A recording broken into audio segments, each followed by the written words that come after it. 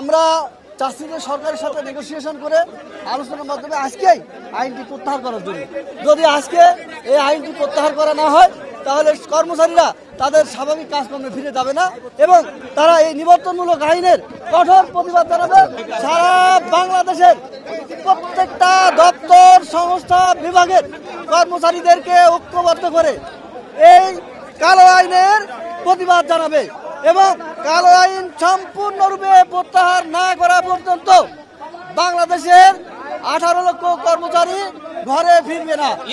প্রত্যাহার যদি না হয় তাহলে আমরা এখন যেমন শান্তিপূর্ণ অবস্থানে আছি তখন কঠোর থেকে কঠোর কর্মপন্থা নির্ধারণ করে আপনাদেরকে জানিয়ে দেবো ইনশাআল্লাহ।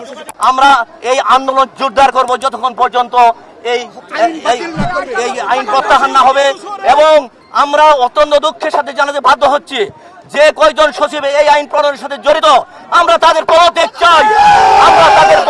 চাই, আমরা এই চুক্তিভিত্তিক নিয়োগ বাতিল চাই। চুক্তিভিত্তিক নিয়োগ এই সচিবরা উপদেষ্টাদেরকে ভুল বুঝিয়ে সরকার এবং কর্মচারীদেরকে মুখোমুখি দাঁড় করিয়েছে। আপনারা দেখেছেন এনবিআরও একটা এরকম প্রবলেম তারা সৃষ্টি করেছে।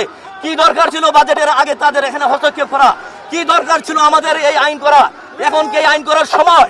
তারা কি একটা গভর্নমেন্ট, তারা এখন একটা রুটিন দায়িত্ব পালন করবে, তারা পলিসি মেক করতে পারে না।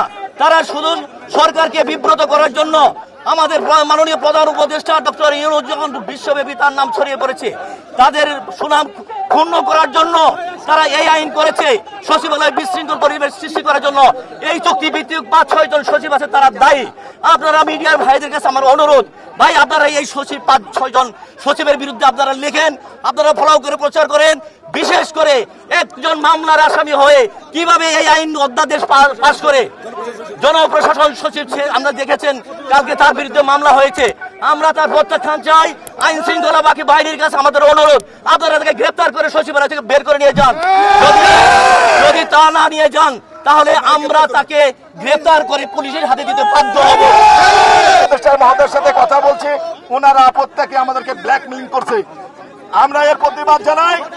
যদি আজকের মধ্যে যদি এই গ্যাজেট প্রত্যাহার করা না হয়, আমরা কর্মকর্তা কর্মচারীর কাছে বিশেষভাবে অনুরোধ জানাচ্ছি, আজকে আপনারা 4টার মধ্যে যদি এই প্রজ্ঞাপন প্রত্যাহার করা না হয়, আল্লাহর হস্তে আপনাদের কাছে অনুরোধ রইল, কালকে প্রত্যেকটা লোক 3 দিনের সিএল ছুটি নিয়ে সচিবালয়ে আসবেন না। কোন লোক যেন আজকে আমাদের এই কর্মসূচি আগামী দিনের জন্য আপনারা প্রস্তুত থাকেন।